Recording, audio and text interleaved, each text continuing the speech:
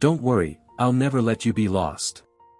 Those words, whispered 20 years ago in a drafty foster home, roared back to life in Johnson Meyer's mind as he stood paralyzed in the backstage corridor of the Apex Arena. His handheld scanner slipped from his numb fingers, clattering onto the concrete floor. Racheal Adams, the goddess of pop and the most famous woman on the planet, swept past him, a blur of silk and security. She was cold, untouchable, and radiant in a way that made everyone else in the room seem like a shadow. But Johnson didn't see the designer gown or the $10,000 heels. His eyes were locked on a silver wire ring hanging from a delicate platinum chain around her neck. It was crude, jagged, and twisted by hand, the exact ring he had fashioned from a piece of discarded fence wire with his own scarred fingers 2 decades ago. The scanner hit the floor with a sharp crack that echoed through the busy hallway. A few production assistants glanced over with annoyance, then looked away as soon as they saw it was just a delivery driver in a sweat-stained uniform. Johnson didn't care. He couldn't breathe. Racheal walked past without a single glance toward him, her footsteps steady and purposeful, surrounded by an entourage that moved like a fortress. She was exactly as the tabloids described, the Ice Queen of the charts, a woman who had broken every record but had never been seen showing a shred of genuine emotion in public. But Johnson knew that ring. He knew every irregular bend in that silver wire.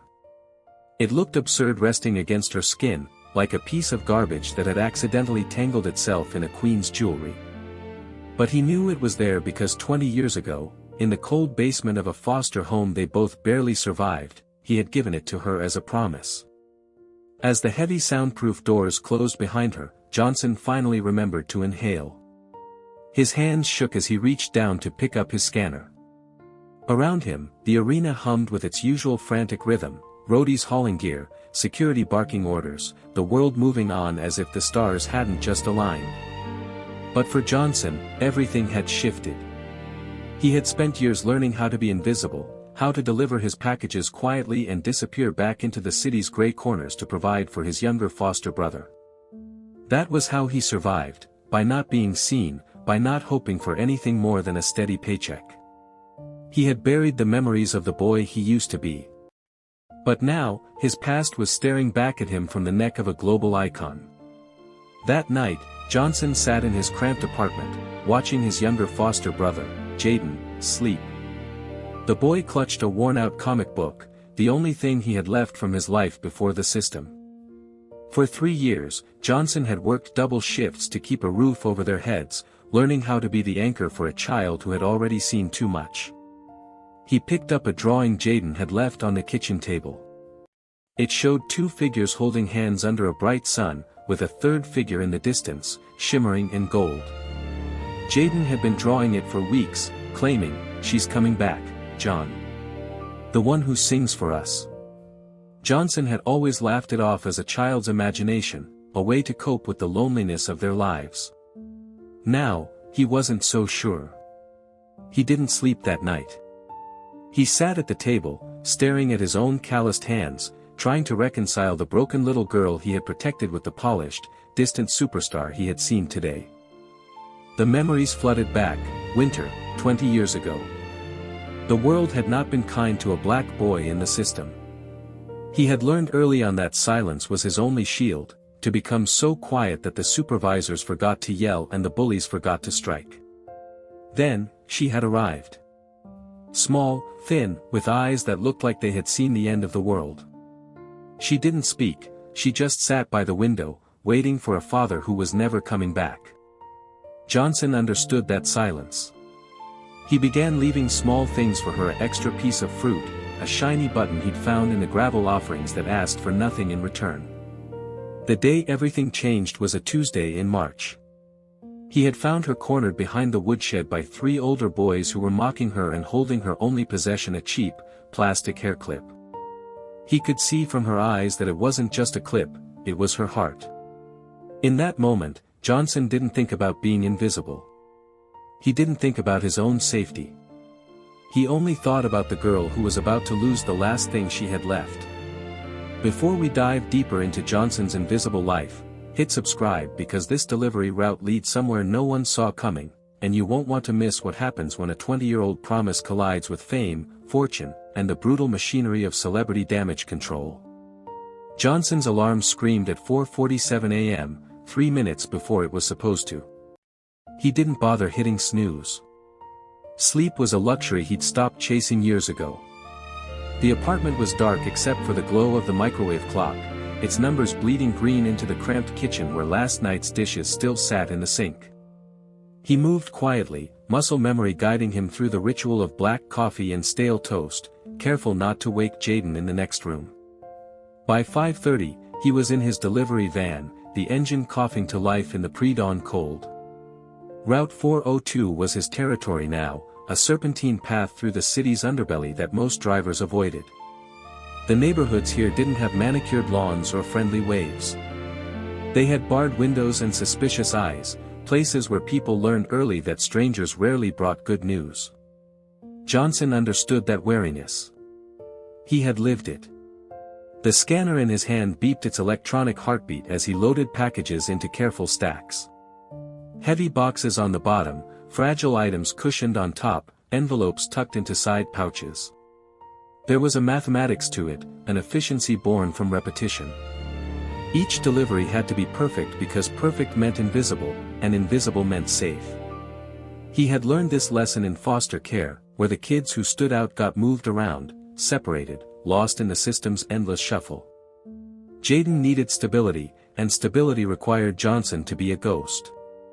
His first stop was a corner store that sold lottery tickets and expired candy. Mrs. Chen signed for her package without looking at him, already turning back to her morning cigarette. The second stop was a walk-up apartment where he left boxes by a door covered in eviction notices. Third was a warehouse that smelled like motor oil and broken promises. By noon, Johnson had made 43 deliveries, exchanged maybe 15 words, and consumed nothing but lukewarm coffee from a gas station cup. This was his life now. Wake, drive, deliver, repeat. The van became his chapel, the packages his scripture. He knew every pothole on Route 402, every shortcut through alleys that didn't appear on maps. He knew which dogs barked behind which fences and which customers would complain no matter how carefully he placed their parcels. The knowledge was armor, each detail another layer between him and a world that had never been particularly kind to black boys who grew up with nothing. Jaden's face was the only thing that made the grind bearable. Every envelope Johnson delivered was another meal on their table, another month of rent, another day his brother didn't have to know what it felt like to be shuffled between strangers who saw you as a problem to be managed.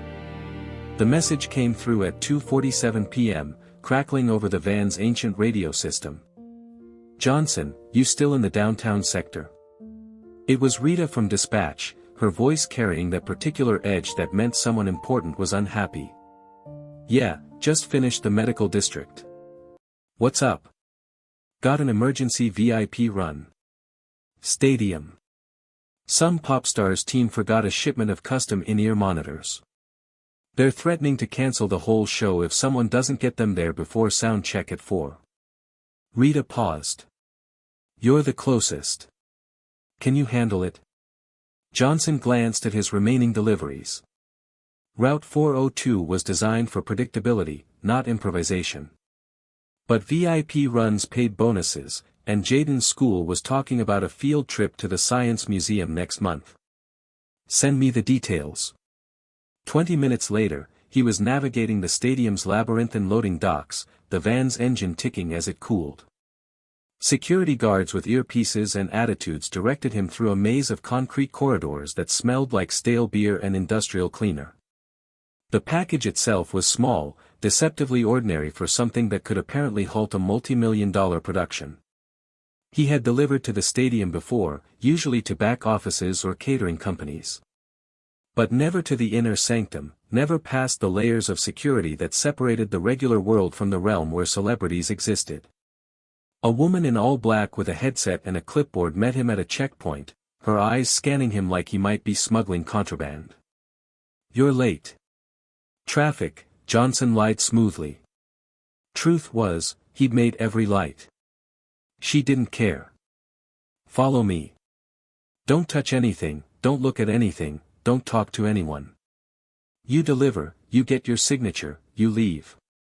Clear.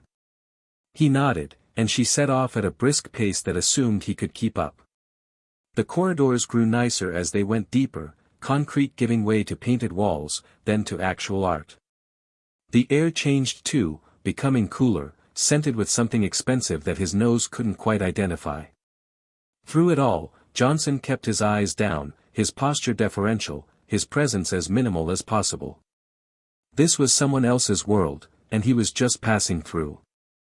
Then they turned a corner, and everything stopped. She was there, 20 feet away, surrounded by her team. Racheal Dawson, though the name on his delivery slip read, "Our Production Services." Even from this distance, she commanded the space in a way that had nothing to do with physical size. Her voice carried, warm and precise, as she discussed something about acoustics with a sound engineer. Johnson's escort had stopped to check her phone, leaving him frozen in the corridor, package in hand, invisible as always. Except he wasn't invisible. Not to her. 20 years collapsed into a single heartbeat. Johnson was 10 years old again, sitting on the concrete steps behind Clearwater Home for Children, his knuckles raw and bleeding.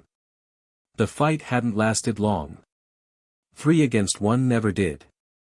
But he'd gotten the hair clip back, and that was what mattered. She had found him there, her small frame casting a shadow that seemed too large for her size.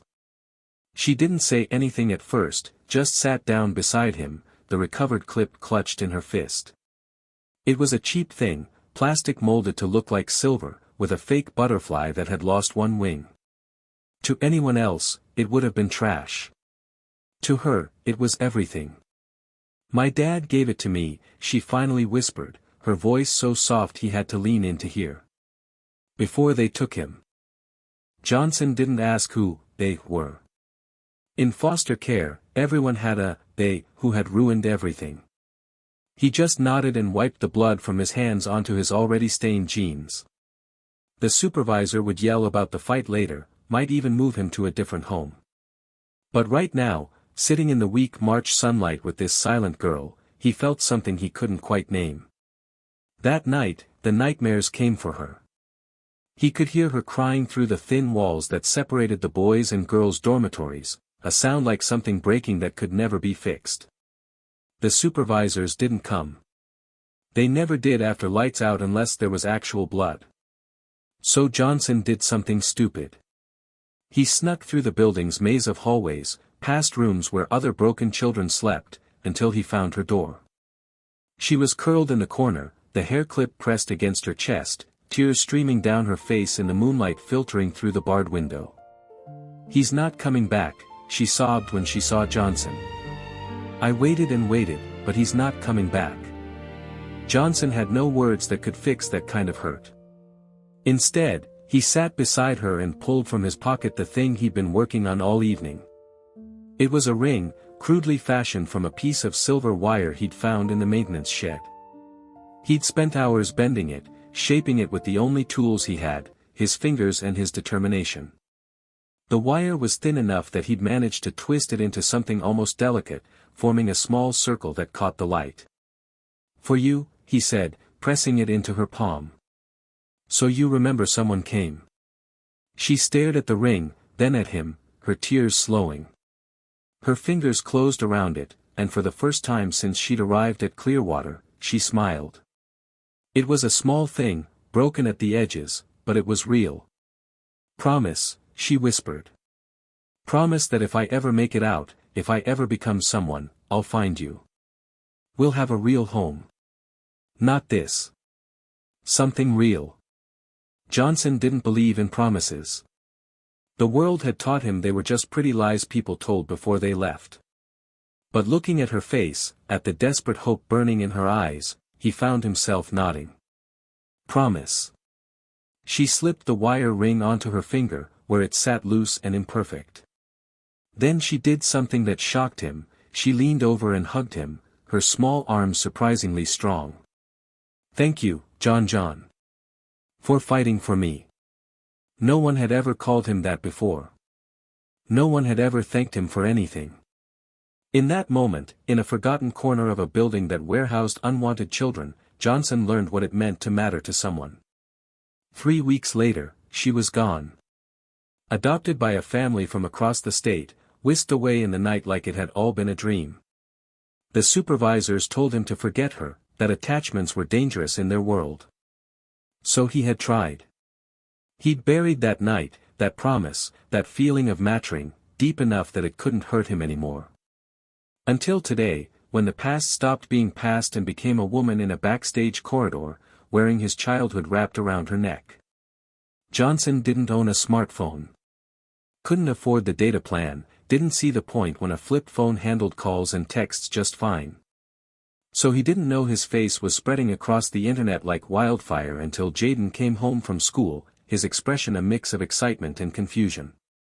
"John, why are you on TikTok?" He looked up from the bills he'd been sorting at the kitchen table. "What are you talking about?" Jaden thrust his phone forward, the screen showing a frozen image that made Johnson's stomach drop. It was him, captured in perfect clarity by some fan's camera, standing in that stadium corridor. But it wasn't just any photo. The angle made it look like he was staring, his face caught in an expression of such raw intensity that it transformed familiarity into something that could be misread as obsession. In the frame's corner, partially visible, was Racheal, radiant and unaware. The caption read, "Creepy delivery guy stalking Racheal Dawson at the arena. Security where you at? Police car light, police car light, police car light." Johnson's hands went numb. He scrolled through the comments section, each one a fresh knife wound. This is so scary. Someone find out who this man is. Get him away from her. This is why women can't feel safe anywhere. The post had been shared 12,000 times in 3 hours. "That's not what happened," Johnson said, but his voice sounded hollow even to himself. How could he explain? How could he tell the truth when the truth itself sounded like a fantasy? By the next morning, it had metastasized. News outlets had picked up the story, local stations running segments about safety concerns at celebrity events. His face was everywhere now, sometimes pixelated, sometimes crystal clear, always accompanied by words like suspicious and inappropriate and concerning pattern of behavior. Someone had identified the delivery company's logo on his uniform.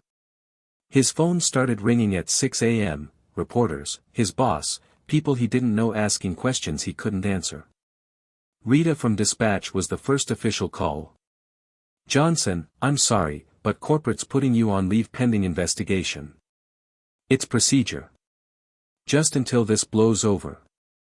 "Investigation into what?" "I was doing my job." I know. But with the publicity, and the complaints they're getting." She sighed, and he could hear the genuine sympathy in her voice. Rita had always been decent. "Look, keep your head down, don't talk to anyone. This will pass. Internet always finds something new to be angry about." But it didn't pass. It grew. Someone found his name and started posting his delivery routes. A true crime podcaster dedicated an episode to parasocial relationships and the dangers of celebrity worship, using his face as the thumbnail.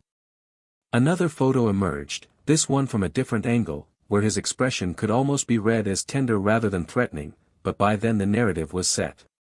He was the villain, the creep, the cautionary tale. Jaden stopped going to school after classmates started asking if his brother was that stalker guy. Johnson found the boy hiding in the bathroom, his young face twisted with confusion. "You're not bad, right, John? You didn't do anything wrong." "No, buddy. I didn't do anything wrong. But saying it didn't make the world believe it." Marcus Thorne arrived on Thursday, exactly 1 week after the photo went viral. Johnson watched from the apartment window as a black SUV pulled up to their building, so out of place in this neighborhood that it might as well have been a spaceship. The man who emerged wore a suit that probably cost more than Johnson's monthly rent, and he moved with the casual confidence of someone who had never been afraid of anything. The knock came 3 minutes later. Jaden was at a friend's house, one of the few parents who hadn't suddenly become too busy for playdates. Johnson opened the door to find Marcus Thorne standing there with a leather briefcase and a smile that didn't reach his eyes. "Mr. Johnson Washington. I'm Marcus Thorne, legal counsel for Racheal Dawson. May I come in?" Johnson's first instinct was to slam the door. His second was to call the police, though what he'd report he had no idea. His third, and the one he followed, was to step aside and let the man enter. If they were coming after him legally, running would only make it worse. Marcus settled onto the threadbare couch like he was in a five-star hotel, crossing his legs and pulling out an iPad. "I'll get straight to the point, Mr. Washington. My client is concerned about the current media situation. It's affecting her brand, her tour, her mental well-being. We'd like to resolve this quickly and quietly." "I didn't do anything," Johnson said, hating how defensive he sounded. "I'm sure you didn't. But perception, unfortunately, matters more than reality in this business." Marcus swiped through screens with practiced efficiency. "We're prepared to offer you a substantial settlement. $500,000, in exchange for a signed statement that you have no prior relationship with Ms. Dawson, that your presence at the venue was purely professional, and that you agree to maintain a distance of no less than 1,000 feet from her at all future events." The number hit Johnson like a physical blow. $500,000. That was Jaden's college fund. That was a down payment on a house in a better neighborhood. That was security, real security, the kind he'd never dared imagine. All for signing a paper that said he'd never known her. Why? The question came out rougher than he intended. "If I'm just some random delivery guy, why pay me anything?" Marcus's smile thinned. "Let's call it good faith. A gesture to help you rebuild your life after this unfortunate incident. The media attention has cost you your job, your privacy. We're trying to make that right." It was a lie, smooth and expensive, wrapped in legal language. Johnson had spent his whole life reading people, learning to spot the difference between what was said and what was meant. This wasn't about making anything right. This was about making him disappear, about erasing any possibility that the story could continue, could evolve into something they couldn't control. "And if I don't sign? Then we proceed with other options to protect my client's safety and reputation. Options that would be considerably less pleasant for everyone involved." Marcus pulled out a thick stack of papers. "I need an answer today, Mr. Washington. The offer expires when I walk out that door." Johnson stared at the papers, at the number written in cold black ink. He thought about Jaden, about the life they could have with that money. He thought about the girl who had hugged him and called him John, who had promised to remember. He thought about the wire ring, crude and imperfect, made from a piece of scrap metal and hope. "I need to think about it," he finally said. Marcus stood, leaving the papers on the coffee table. "You have until 5 p.m. After that, this conversation never happened, and things get much more complicated. Choose wisely, Mr. Washington." When the door closed, Johnson sat in the silence of his apartment, the settlement agreement burning like a brand on the table in front of him. 500,000 reasons to erase the truth. And only one reason, wrapped in 20-year-old wire, to hold on to it. The delivery order came through on Johnson's personal phone at 3:47 p.m., 17 minutes before Marcus Thorne's deadline. He almost didn't answer, assuming it was another reporter who'd somehow gotten his number. But the caller ID showed a food delivery app he occasionally used when he was too tired to cook, and curiosity won out. "Yeah. Hi, this is Kelly from Bistro 42. We have an unusual request from a customer. They've prepaid for a large order to be delivered to your address, but there's a note that says you specifically have to pick it up in person. Won't let me send another driver." She sounded confused, maybe a little suspicious. "You know anything about this?" Johnson's heart started hammering. "What's the name on the order?" "Just says, R. Wire. That means something to you?" "Wire. The ring." She'd found a way through. He was at Bistro 42 in 15 minutes, his hands shaking so badly he could barely grip the steering wheel. The restaurant was one of those trendy downtown places that charged $20 for salads, definitely not his usual territory. Kelly met him at the counter with 3 large bags of food that could have fed a family of 8. "This is all prepaid, tip included." Pretty generous tipper, actually. She handed him the bags, then paused. "Hey, aren't you that guy from the internet? The one with the singer?" "Just here for the food," Johnson said, taking the bags and moving toward the door before she could ask anything else. He didn't open the bags until he was back in his van, parked in an empty corner of the lot. The food was real enough, containers of pasta, salad, bread, enough to feed him and Jaden for days. But tucked under the first container was an envelope, thick cream-colored paper that felt expensive between his fingers. Inside was a note, handwritten in elegant script that still somehow felt familiar. John, they want me to forget. They want you to disappear. But I still have the ring. It's been on a chain around my neck for 20 years, every show, every interview, every red carpet. The wire reminds me that someone fought for me when no one else would. The NDAs they're pushing mean you're real, and that terrifies them. Don't sign. Please. I'm trying to find a way through, but I need you to hold on.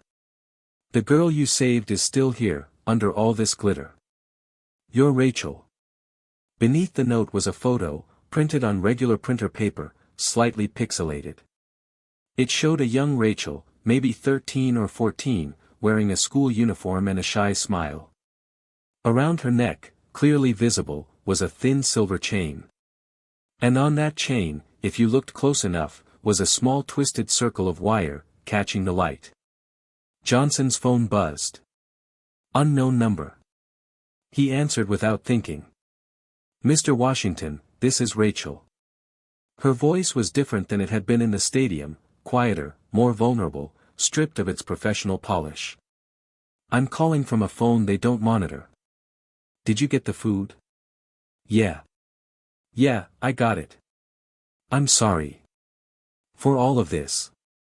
I never wanted to bring trouble to your life. When I saw you in that corridor, I couldn't breathe. I'd been looking for you for so long, and then you were just there, and I froze. I should have said something right then. They're offering me $500,000 to say I never knew you." The silence on the other end stretched long enough that he thought the call had dropped. "Then, take it." "What?" "Take the money, John. Get Jaden somewhere better. You've already sacrificed enough for other people. I shouldn't have reached out. This was selfish." That night, Johnson said, his voice rough, "When you left Clearwater, I told myself promises didn't matter. That they were just things scared kids said in the dark. But you kept yours. You wore that cheap piece of wire I made for 20 years. So I'm not signing their papers. Not for any amount of money." He could hear her crying, soft and real. "They'll come after you harder. Marcus doesn't give up. Let them come. I've been invisible my whole life. Maybe it's time people actually saw me." He looked at the photo again, at the girl who'd become a star but never forgot the boy who'd fought for her butterfly clip. "Besides, someone once promised me a real home. I'm still waiting for that." Her laugh was watery but genuine. 5 p.m. tomorrow. The old Clearwater building. It's abandoned now, but I can get in. Come alone. And John. Thank you. For not forgetting me either. The call ended just as Marcus Thorne's deadline expired. Quick question, do you think Johnson should have taken the $500,000? Or was refusing it the only move that could lead to something real? Drop your prediction in the comments, because some of you might already know whether this promise is worth more than $500,000, or if it's about to cost Johnson everything he has left. Johnson didn't make it to the Clearwater building. At 6:23 a.m., the morning after his call with Racheal, 3 news vans were already parked outside his apartment. By 7, it was 8. Someone had leaked his address, probably the same someone who'd been feeding the story's flames since the beginning. Reporters shouted questions through his door, camera flashes strobing through the windows. "Mr. Washington, did you refuse the settlement? Is it true you and Racheal Dawson have a secret relationship? How long have you been obsessed with her?" Jaden huddled in the bathroom, his hands over his ears, tears streaming down his face. This was what breaking point looked like, a 10-year-old boy who'd already lost one family now watching his brother's face torn apart by strangers who wanted a story more than they wanted the truth. Johnson called his neighbor, Mrs. Patterson, who agreed to take Jaden through the back alley to her apartment. "You go do what you need to do," she said, her voice kind despite everything. "I'll keep the boys safe." He waited until noon, hoping they'd get bored and leave. They didn't. If anything, the crowd grew. Then his phone buzzed with a news alert that made his blood run cold. Racheal Dawson's stalker refuses payoff, manager claims evidence of harassment pattern. The article was a masterpiece of calculated destruction. Anonymous sources detailed a disturbing fixation spanning years. Someone had found his old social media accounts, posts from years ago where he'd mentioned her music, normal fan stuff that now looked sinister under the headline's glare. They'd interviewed a former coworker who said Johnson always seemed off, kind of distant. Even his landlord was quoted saying he was quiet, kept to himself, as if being introverted was evidence of deviance. The final paragraph was the kill shot. Sources close to Dawson's management suggest they've referred the matter to law enforcement, citing concerns for the singer's safety. A restraining order is expected within days. It was all lies, or at least strategic reconstructions of truth twisted until it resembled lies. But it didn't matter. The story was written, and he was the villain. Fighting it would only dig the hole deeper, make him look more guilty, more desperate. His phone rang. Marcus Thorne. Johnson almost didn't answer. "You should have taken the deal, Mr. Washington. This is going to get worse. We have testimony, documentation, a pattern. You'll never work again. Never have a normal life. And your brother, foster care isn't kind to kids whose guardians are under investigation." The threat was delivered in the same smooth voice that had offered him $500,000. Johnson understood then what he was really up against. This wasn't about truth or justice. This was about a machine protecting its investment, and he was just debris to be cleared from the track. "I didn't do anything wrong," he said, but even to himself it sounded weak. "Wrong is whatever we say it is. Last chance, Johnson. Sign the papers, take the money, disappear. Or we bury you so deep, no one will ever hear your version." Johnson looked around his apartment, at the life he'd built from nothing. He thought about Jaden's tear-stained face, about 20 years of staying invisible, about the wire ring that represented the only time he'd ever dared to be seen. If he fought, he'd lose everything. If he ran, he'd lose himself. "Tell Racheal," he said quietly, "that she doesn't owe me anything. Tell her to forget John and keep being the star she earned. Tell her I kept the promise. She's home now, even if I can't be there." He hung up before Marcus could respond. Then he started packing, his hands moving automatically, because he'd learned long ago how to disappear. The media wanted a monster. They could have his ghost instead. Jaden deserved better than a brother who'd become a liability. Racheal deserved the career she'd built. And he deserved to be invisible again. It was safer that way. By midnight, Johnson Washington would be gone, another nameless figure melting back into the city's forgotten corners. The boy who'd fought for a butterfly clip would remain where he'd always been in the past, where broken promises belonged. The Madison Square Garden show was supposed to be Racheal Dawson's triumphant moment. 20,000 fans, live streamed to millions more, the pinnacle of a tour that had already broken records. Marcus Thorne had assured everyone that the stalker situation was handled, locked down, buried under enough legal weight that it would never surface again. He had no idea that Racheal had spent the previous 48 hours fighting battles he couldn't see. She stood backstage, her reflection fractured across a dozen mirrors ringed with lights, while makeup artists perfected her stage face. The wire ring hung beneath her costume, hidden from view but pressing against her skin with every breath. Johnson's final message had reached her through Marcus, delivered with the smug satisfaction of someone who'd won. He's leaving the city. Accepting reality. You can move on now. But Racheal had spent 20 years learning how to perform, how to smile while dying inside, how to turn pain into art that made millions of people feel less alone. She'd built an empire from the ruins of a childhood that had tried to erase her. And she'd done it all while carrying a piece of wire that reminded her someone had once seen her as worth saving. The show director knocked on her door.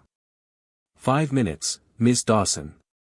She nodded, her decision crystallizing into something harder than diamond. Marcus would kill her. The label would threaten lawsuits. She might lose everything she'd built. But what was everything worth if it required erasing the people who'd made her human? The crowd's roar shook the stadium as she took the stage, opening with her biggest hit. She hit every note perfectly, danced every choreographed step, was the machine they'd spent millions creating. Then, halfway through the third song, she stopped. Just stopped. The music stuttered to silence. The dancers froze, confused. 20,000 people held their breath. Racheal walked to the front of the stage, pulling a microphone from its stand. I need to tell you something. Something true. Her voice was shaking, stripped of its polish, raw in a way she'd never allowed herself to be in public. You've seen the news. The man in the photo. They called him a stalker. A creep. Someone dangerous. She could see Marcus in the wings, frantically signaling to cut the feed. She ignored him. His name is Johnson Washington. When I was 7 years old, my father was incarcerated. I was put into foster care, into a place that felt like the end of the world. I had one thing left from my old life, a hair clip my dad had given me. Some older kid stole it, just for fun, because breaking people was entertainment. Her hand moved to her neck, pulling out the silver chain. Johnson was 10. He got beaten up getting that clip back for me. And that night, when I couldn't stop crying, when the nightmares were eating me alive, he made me this. She held up the wire ring, crude and perfect, catching the spotlights. From scrap metal. With his bare hands. He made me a ring and told me someone came for me. He promised we'd have a real home someday. Then I got adopted, got lucky, built this life. But I never forgot. I wore this ring to every audition, every performance, every moment I wanted to quit. It reminded me that being seen, truly seen, is the most precious gift anyone can give. The stadium was absolutely silent now, 20,000 people barely breathing. 3 weeks ago, Johnson delivered a package to my show. Pure coincidence. He's a delivery driver trying to raise his foster brother, working double shifts, staying invisible. When I saw him in that corridor, I recognized him instantly. I froze because 20 years disappeared and I was that broken little girl again, and he was the boy who fought for her. But I didn't say anything. I was scared, of what people would think, of how it would look, of how my team would react. And because of my silence, because of my fear, that man's life was destroyed. Tears were streaming down her face now, ruining her makeup, making her look human. They offered him money to say he never knew me. To sign papers that erased our truth. He refused. Do you understand? He refused $500,000 because the truth mattered more. Because I mattered more. And what did I do? I let my people tear him apart. I let them call him a monster while I stayed quiet and safe. She turned to look directly at the camera broadcasting to millions. Johnson, if you're watching, I'm sorry. I'm so sorry I didn't fight for you the way you fought for me. You kept your promise. You made me a ring that led me home, even when home was just the memory of being worth saving. Now I'm keeping mine. Racheal pulled off her earpiece, handed it to her stunned musical director, and walked off stage. Behind her, the crowd erupted, some cheering, some confused, some angry at the show's abrupt end. She didn't care. She kept walking past Marcus's fury, past the label executives already screaming into phones, past the carefully constructed empire she'd just set on fire. In the parking garage, she climbed into her own car, the one she drove before fame taught her to let other people do everything. She had an address, pulled from old foster care records her assistant had reluctantly provided. And she had a promise to keep. 20 years late, but finally on her way to a real home. Johnson was loading the last box into his van when headlights swept across the apartment parking lot. He didn't recognize the car, a modest sedan, nothing like the luxury vehicles Marcus Thorne traveled in. He went back to packing, figuring it was just another resident coming home late. Then he heard her voice. John. He turned, and there she was. No security team, no entourage, no armor of fame. Just Racheal, wearing jeans and a sweatshirt, her makeup streaked with tear tracks, looking more like the 7-year-old girl he'd known than the superstar she'd become. You were supposed to be at Madison Square Garden, he said stupidly, because his brain couldn't process what his eyes were seeing. I was. I quit halfway through. She laughed, a sound edged with hysteria and relief. Just walked off stage and drove here. Marcus is probably having an aneurysm. The label's threatening to sue me for breach of contract. I might have just ended my career. But I couldn't, her voice broke. I couldn't let you disappear again. Jaden appeared in the apartment doorway, his eyes wide. John, is that really her? Racheal looked at the boy, and something in her expression softened. You must be Jaden. John's told me about you. She glanced at Johnson. Well, not directly, but I have good investigators. Sorry, that sounds creepy. Despite everything, Johnson found himself laughing. Yeah, maybe don't mention investigators right now. They stood there in the parking lot, the weight of 20 years and 3 weeks pressing down on them. Johnson thought about all the things he should say, the questions he should ask, the reasonable objections to this moment. Instead, he heard himself saying, You really wore it? The ring? She pulled the chain from under her sweatshirt, and there it was, the crude circle of wire he'd bent with 10-year-old hands. Every single day. It was my armor. My reminder that somewhere, someone had fought for me when I couldn't fight for myself. I saw you wear it, he admitted. At the stadium. That's why I was staring. I thought I was seeing things. You were seeing the truth. The only real thing in my entire constructed life. She took a step closer. I'm so sorry. For all of it. For being too scared to speak up, for letting them hurt you, for... Stop. Johnson's voice was gentle but firm. You don't owe me apologies. You made something beautiful from terrible circumstances. I'm proud of you. I don't want beautiful anymore, Racheal said. I want real. I want. She gestured helplessly at the apartment building, at the neighborhood that had never heard of Racheal Dawson. This. Whatever this is. I want to figure out what home actually means. Jaden, who'd been watching like this was the world's strangest movie, spoke up. John says home is wherever you keep your promises. Is that why you came? Because you promised? Racheal met the boy's eyes, then Johnson's, and nodded. I promised a real home. Not a mansion or a tour bus or a stage. Something real, with people who see me, really see me. The wire ring was supposed to lead me back. I'm here. Finally. Johnson looked at his packed van, at the life he'd been about to abandon. He thought about invisibility and safety, about the price of being seen. He thought about a 7-year-old girl with a butterfly clip and a 10-year-old boy who'd learned that some things were worth fighting for. I can't give you a mansion, he said. This apartment is 2 bedrooms in a neighborhood where car alarms are the lullaby. Jaden and I eat spaghetti 4 nights a week. The kind from a box, not from Bistro 42. I worked, delivering packages. I'm nobody. You're John, Racheal said simply. The person who made me a ring from scrap metal and hope. That's not nobody. 6 months later, the tabloids were still trying to figure out the story.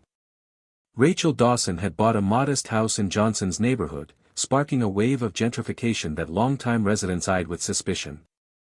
She'd renegotiated her contracts to allow for long breaks, control over her image, and the right to maintain a private life.